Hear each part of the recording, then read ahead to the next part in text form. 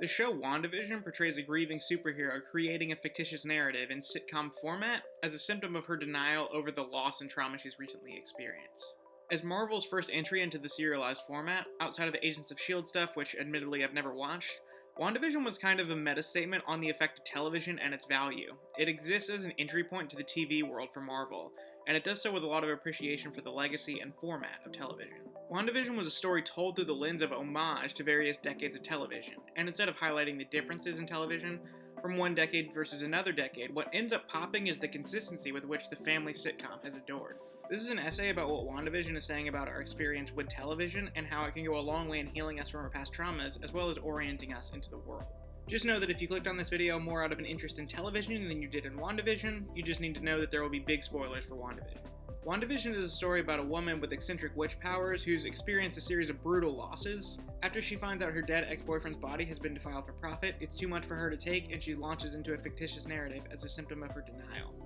The science fiction twist is that she has the power to manipulate an entire town into playing along with this narrative against their will. All the while, there's another witch messing with things the whole time trying to steal her powers. We actually don't have to deal with Agnes in this essay. We are brought into this story from the beginning of the fictive aspect of it. Episode 1 is about the sitcom going on in Wanda's head. For one, creating a fictive narrative as a symptom of grief is actually a totally normal response to trauma, and something that doctors used to believe was destructive, but they now believe is something helpful. A lot of victims of loss play this out as imagining that their loved one is still talking to them. They imagine that they could have their last moment with them over again. They replay the memories with them in their head. In fact, that's the entire plot of Inception. Or they can create a fictive narrative playing out the life that they wish they had with the person.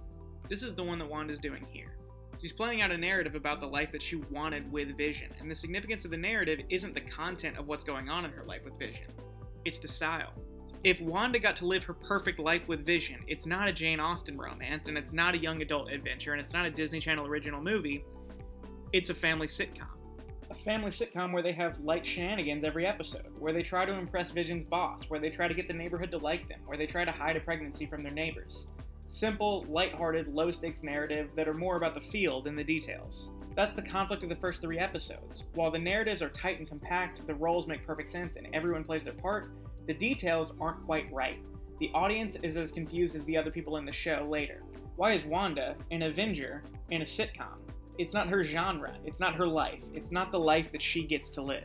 When Agatha takes her on a magic carpet ride or Inception elevator ride through her memories, we see what's causing this narrative to take over this town.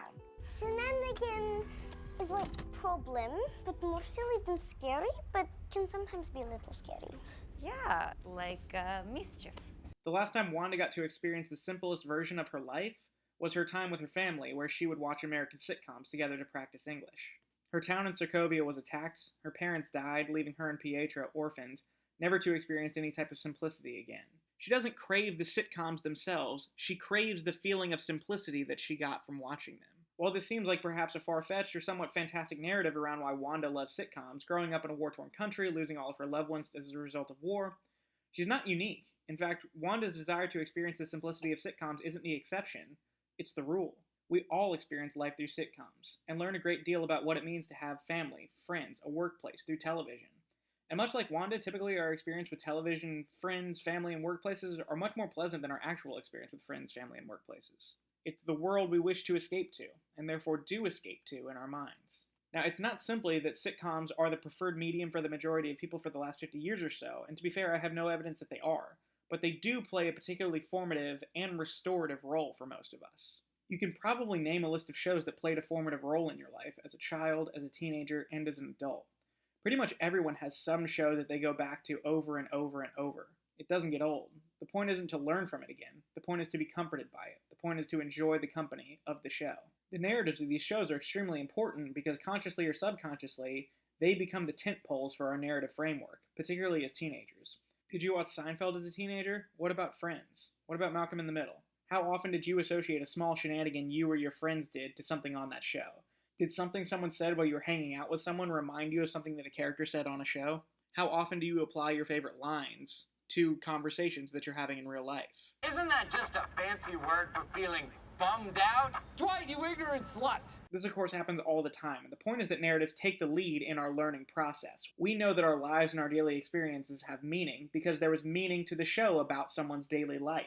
They learn something from it, which means that we can learn something by proxy. While I was listening recently to an interview of a screenwriter talking about the meaning of movies, he talked about the fact that whenever someone in his life was going through something, his prescription would be a movie about someone who went through something similar. Now, of course this makes sense, and for what it's worth, movie therapy can be very effective. Because I think it can offer a narrative framework through which we can see the struggle play out. But I think the main reason that it's so effective is because you see a legitimate struggle of yours represented on screen. It assures you that you're not alone, that other people can experience and therefore have empathy with the difficulty that you're experiencing. Movies can assure us that we can be understood.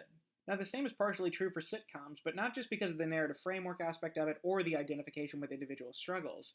They can work because sitcoms themselves are good company. Sitcoms have an uncanny ability to be your company in times of lament and struggle and loss. Sitcoms and podcasts have an inclusionary aspect to them where a showrunner, a writer, a cast, the talent bare their soul to an audience once a week, and the audience receives it and benefits the creators by providing them viewership. While the conflict of WandaVision is that she's lost all of her loved ones and she's unable to deal with the impact of that trauma, she's unable to deal with what that means for her life. The anguish that causes that conflict in the first place is primarily that Wanda is alone. She's lost the people that are most important to her, and in this moment when she finds it out, she has no one to go to, no one to comfort her, no one to experience the pain with her. That's why Wanda feels that she needs sitcoms. It's not just that she needs Vision, she needs anyone. In the science fiction world of the MCU, the conflict is that she's able to create that sitcom world at the expense of other people and their free will.